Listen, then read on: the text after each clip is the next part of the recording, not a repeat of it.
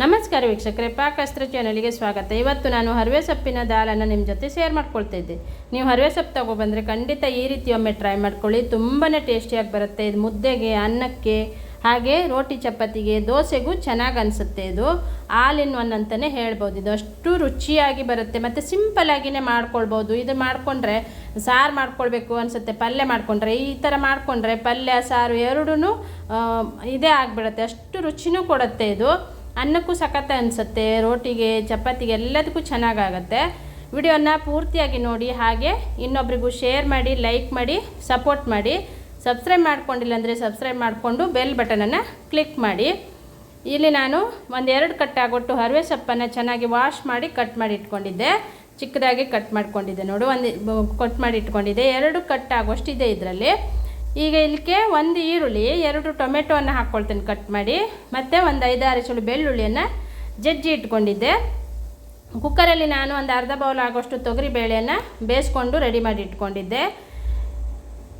ಕುಕ್ಕರಲ್ಲಿ ಆವಾಗಲೇ ಬೇಯಿಸ್ಕೊಂಡು ರೆಡಿ ಮಾಡಿ ಇಟ್ಕೊಂಡಿರೋದು ಇದು. ಈಗ ಒಂದು ಪಾತ್ರೆ ತೊಗೊಂಡು ಅದಕ್ಕೆ ಒಂದು 2 ಸ್ಪೂನ್ ಆಗೋಷ್ಟು ತೆಂಗಿನೆಣ್ಣೆ ಹಾಕಿದ್ದೆ.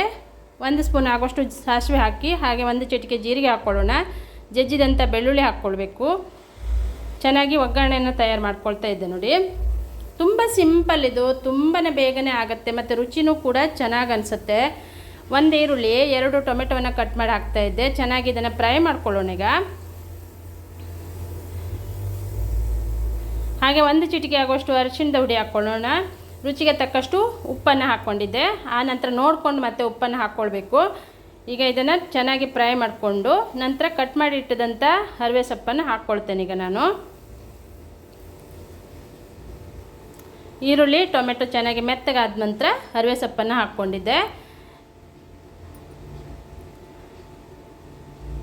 ಈಗ ಹರವೆ ಸೊಪ್ಪು ಹಾಕ್ಬಿಟ್ಟು ಚೆನ್ನಾಗಿ ಇದನ್ನು ಮಿಕ್ಸ್ ಮಾಡಿಕೊಂಡು ಬೇಯಿಸ್ಕೊಂಡ್ರೆ ಆಯಿತು. ಹರವೆ ಸೊಪ್ಪು ಬೇಗನೆ ಬೆಂದ್ಬಿಡುತ್ತೆ, ತುಂಬ ಟೈಮು ತಗೊಳ್ಳಲ್ಲ. ನಿಮಗೆ ಕೆಲಸ ಜಾಬಿಗೆ ಹೋಗೋರಿತ್ತಂದರೆ ಈ ರೀತಿ ಒಂದು ದಾಲ್ ಆದಂಗೂ, ಸಾರಾದಂಗೂ ಆಗುತ್ತೆ, ಪಲ್ಯನೂ ಕೂಡ ಆಗುತ್ತೆ, ಒಮ್ಮೆಲೆ ಆಗಿಬಿಡುತ್ತೆ. ಇದು ತುಂಬಾ ಟೇಸ್ಟ್ ಕೂಡ ಆಗುತ್ತೆ. ಈಗ ಹರವೆ ಸೊಪ್ಪು ಬೆಂದಿದೆ. ಈಗ ನಾನಿಲ್ಲಿ ಬೇಳೆಯನ್ನು ಹಾಕ್ಕೊಳ್ತಾ ಇದ್ದೆ ನೋಡಿ. ಬೇಯಿಸಿ ಇಟ್ಕೊಂಡಂಥ ಬೇಳೆಯನ್ನು ಹಾಕ್ಕೊಂಡಿದ್ದೆ. ಮತ್ತು ನೀರು ಹಾಕುವ ಅವಶ್ಯಕತೆ ಇಲ್ಲ, ಬೇಳೆಯಲ್ಲಿರುವ ನೀರು ಸಾಕಾಗಿದೆ. ಹಾಗಾಗಿ ನಾನು ನೀರನ್ನು ಹಾಕಲಿಲ್ಲ. ನೀವು ತುಂಬ ದಪ್ಪ ಇತ್ತಂದರೆ ಸ್ವಲ್ಪ ನೀರನ್ನು ಆ್ಯಡ್ ಮಾಡ್ಕೊಳ್ಬೋದು. ಹಾಗೆ ತುಂಬ ತೆಳ್ಳಗಾಗೋದೇನು ಬೇಡ, ಸ್ವಲ್ಪ ದಪ್ಪವಾಗಿದ್ರೇ ಚೆನ್ನಾಗಿರುತ್ತೆ. ಇವಾಗ ಒಂದು ಸ್ವಲ್ಪ ಉಪ್ಪು ಹಾಕಿ, ಹಾಗೆ 2 ಸ್ಪೂನ್ ಆಗುವಷ್ಟು ರಸಂ ಪುಡಿಯನ್ನು ಹಾಕಿದ್ದೆ ನಾನಿಲ್ಲಿ.